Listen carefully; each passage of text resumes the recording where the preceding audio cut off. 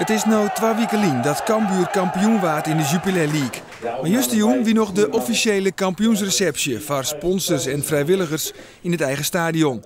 En vanzelfs binnen de kampioen ook onwezig. Boppendot is er de gelegenheid om mij de kampioenskaal op de foto te gaan. En waar wil dat nou net? Gelijk na ouderin van de kampioenswedstrijd in Excelsior wie de euforie. Maar al gauw daarna kwam er bij de Cambuur-directie het besef dat er nog een heel soort barm had. Dan besef je eigenlijk wat we altijd al gezegd hebben.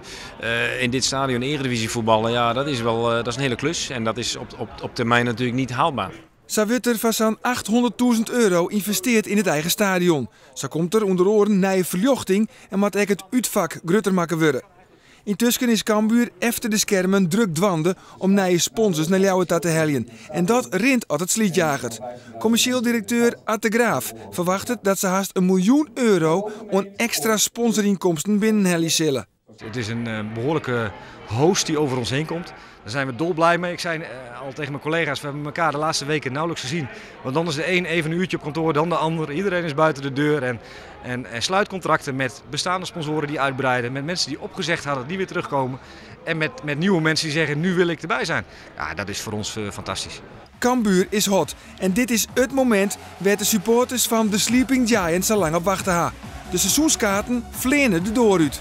We zitten inmiddels over de 4000. Dat was onze eindstand eind juli vorig jaar. Seizoenkaart, sorry ja. Dus dan hebben we het over 2 weken tijd. Dat is behoorlijk hard gegaan. Wat verwachten jullie, dat het nog zo doorgaat? Of? Nou, we verwachten dat we zo om en bij de 6.500, 7.000 seizoenkaarten zullen gaan verkopen. De Ljouwerters willen takkenseizoen werken met een begrutting van zo'n €6 miljoen. En daarmee gaat het budget met €2 miljoen omheen.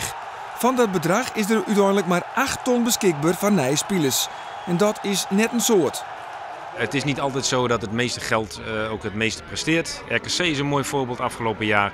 Ik denk niet dat wij minder zijn dan RKC, niet minder zijn dan VVV. Nou, misschien zijn er nog wel een paar clubs te noemen. We gaan er gewoon vol voor.